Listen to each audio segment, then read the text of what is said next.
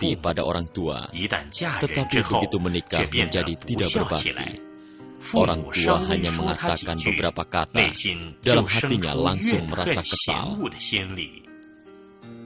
Mendapat amarah dan pukulan dari suami diterima dengan hati rela. Bersikap sangat baik terhadap keluarga suami.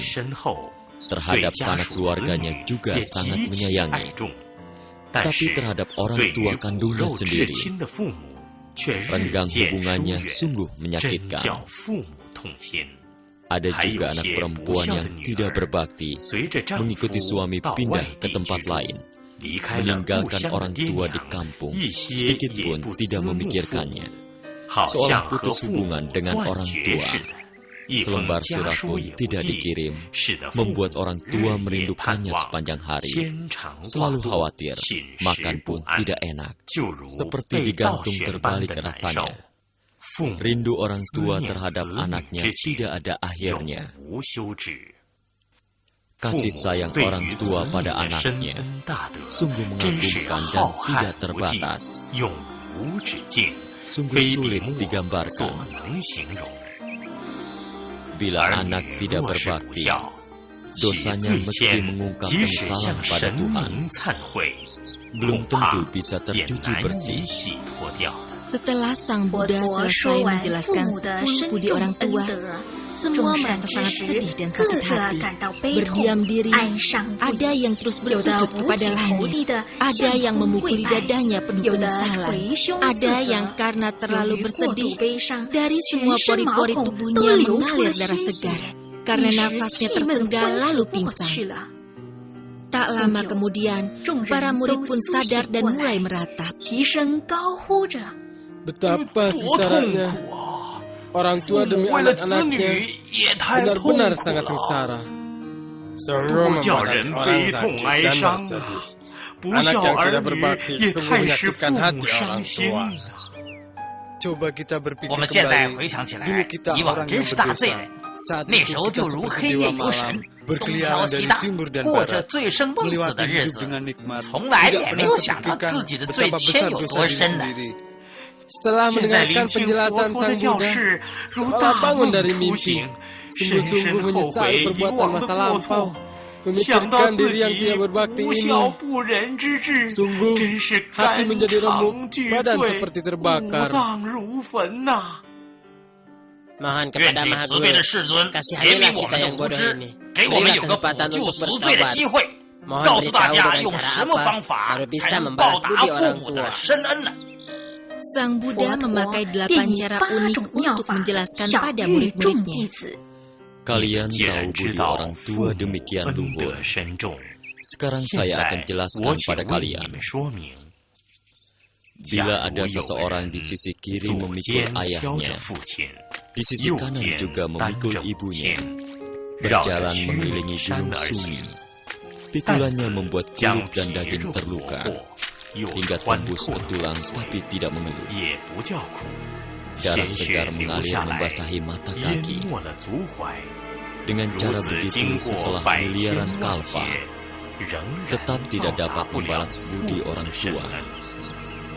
Bila ada orang lahir pada masa penuh bencana, demi tidak membiarkan orang tua kelaparan, memotong daging yang ada di tubuhnya, dipotong tipis-tipis untuk makan orang tua. Meski ada hati berbakti seperti ini, setelah miliaran tahun, tetap saja sulit untuk membalas budi orang tua. Bila ada seseorang demi memohon kedamaian dan panjang umur bagi orang tua, mencolok matanya sendiri untuk dipersembahkan pada Buddha. Demikian setelah melalui miliaran kalpa, tetap belum bisa membalas 1/10.000 budi orang tua. Bila ada seseorang demi orang tuanya, menggunakan pahat untuk mengorek hatinya, hingga darah mengalir membasahi bumi, tidak takut akan semua penderitaan ini. Hal ini setelah dilakukan hingga miliaran kalpa, masih belum bisa membalas budi orang tua.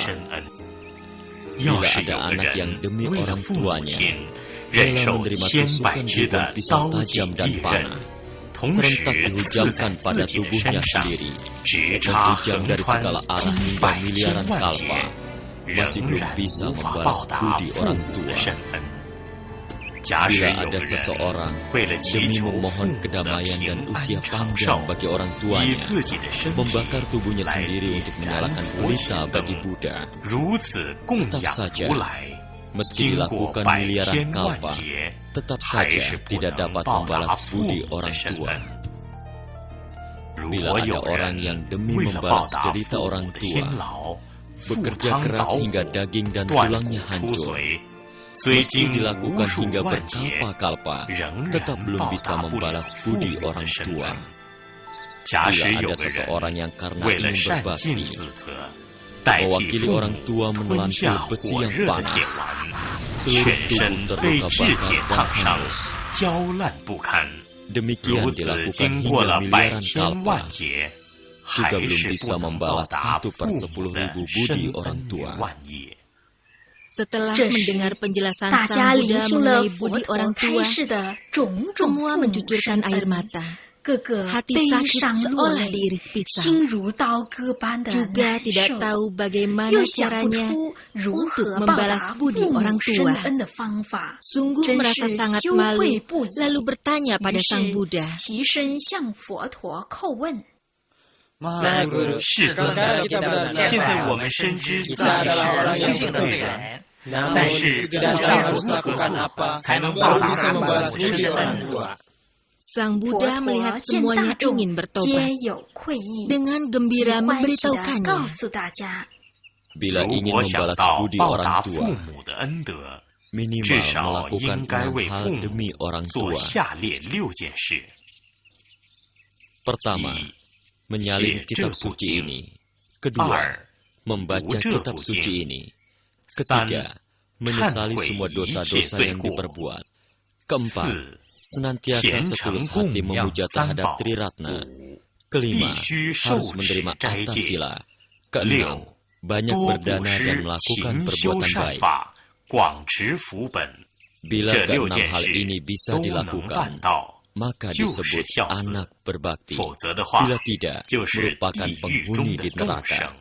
Lalu Sang Buddha berkata lagi pada Ananda dan temannya, orang yang tidak berbakti pada orang tua setelah meninggal akan jatuh di neraka besar Aviji. Neraka ini panjangnya utara, selatan, dan timur barat masing-masing 32.000 km. Sekelilingnya berdinding besi dan juga ada jalan, sehingga tawanan tidak mungkin melarikan diri. Lantainya terbuat dari papan besi yang dipanasi oleh api. Di mana-mana kilat dan petir. Juga terlihat lahar tembaga dan besi yang dikuyur pada tubuh manusia. Terlihat ada anjing dan ular besi yang menyemburkan api mengejar tawanan. Setiap pendosa dibakar hingga badan melepuh. Deritanya sulit dikatakan. Di sekeliling tembok bergantungan berbagai senjata tajam. Di lantai juga bertebaran kampak dan martil besi, tombak panjang, gunung golok, pohon pedang, dan alat siksa lainnya. Setiap saat bisa digunakan untuk menghukum terhukum. Terhukum di neraka akan menerima ribuan penderitaan tanpa henti. Juga tidak tahu harus melewati berapa kali hukuman.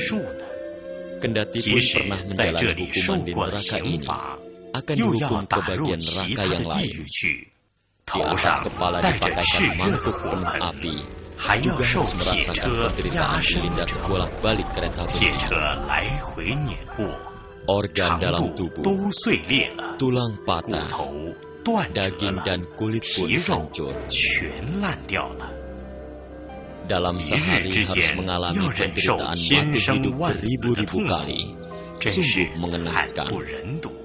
Semua terhukum di neraka adalah orang yang durhaka semasa hidupnya. Baru akan menjalani siksaan seperti ini, penderitaan beratus-ratus kali. Setelah selesai mendengarkan penjelasan Sang Buddha, semua merasa malu. Dengan sedih dan menangis, bertanya pada Sang Buddha, kita harus Sang Buddha menjawab, Hendak membalas budi orang tua, cara paling baik adalah dengan mencetak sutra ini. Biarkan sutra ini tersebar luas. Bisa mencetak satu, berarti bisa mendapatkan pahala bertemu satu Buddha. Bila mencetaknya 10 jilid, berarti bisa berkesempatan bertemu 10 Buddha. Begitu seterusnya mencetaknya ratusan, ribuan, puluhan ribu jilid, maka akan bisa bertemu ratusan, ribuan, puluhan ribu Buddha. Bagi yang mencetak sutra ini demi membangkitkan niat baik hati orang, maka para Buddha pun akan sering menyertai di sisinya. Dengan kekuatannya menyokong orang tua dan dirinya terlahir di surga. Merasakan kenikmatan surgawi, tidak perlu jatuh ke neraka dan menderita. Ananda dan para murid lainnya, termasuk 8 naga langit dan Raja Cakravartin dan lain-lain, setelah mendengar penjelasan Sang Buddha, merasa sangat malu dan menyesal. Bulu kuduk di sekujur tubuh merinding. Semuanya dengan perasaan menyesal berikrar pada Sang Buddha. Mulai sekarang hingga masa yang akan datang, meski melewati miliaran kalpa, tulang remuk jadi abu, juga akan menjunjung tinggi ajaran Mahaguru yang mulia. Tidak akan berani berkhianat. Kami rela lidahnya dicukil hingga panjang, lalu dipotong. Biarkan darahnya mengalir seperti sungai. Demikian setelah melalui miliaran kalpa, juga tak akan melanggar ajaran Buddha. Lebih baik saya dilindas oleh roda berpisau. Merasakan derita pisau menusuk tulang dan mengiris tubuhku. Juga tidak akan mengingkari ajaran Sang Buddha. Meski dililit oleh jala besi di sekujur tubuh, menderita tak tertahankan hingga miliaran kalpa, juga tidak akan mengingkari ajaran Sang Buddha. Lebih baik mengalami siksaan ditumbuk dengan golok, tubuh dicincang jadi daging cincang, sampai kulit, daging dan tulang di tubuh sulit dikenali, sampai miliaran kalpa, juga tidak akan pernah mengingkari ajaran Sang Buddha. Lalu Ananda bangkit dari duduknya. Dengan hormat berkata kepada Sang Buddha, Mahaguru, sutra ini apa namanya? Supaya mempermudah kami semua mengikuti ajarannya. Sang Buddha lalu memberitahu pada mereka, sutra ini disebut sutra budi orang tua sulit dibalas. Kalian hendaknya senantiasa mengingat dan menebarkannya. Pada saat itu, Ananda, para murid lain dan 8 naga langit serta lainnya, setelah mendengarkan pembabaran Dharma Sang Buddha, pikiran tersadarkan, hati pun gembira. Setiap orang bertekad selama hidupnya akan menjalankan ajaran Buddha, menjadikan berbakti dan hormat sebagai landasan pekerjaan. Lalu semuanya memberi hormat pada Sang Buddha dan mengundurkan diri.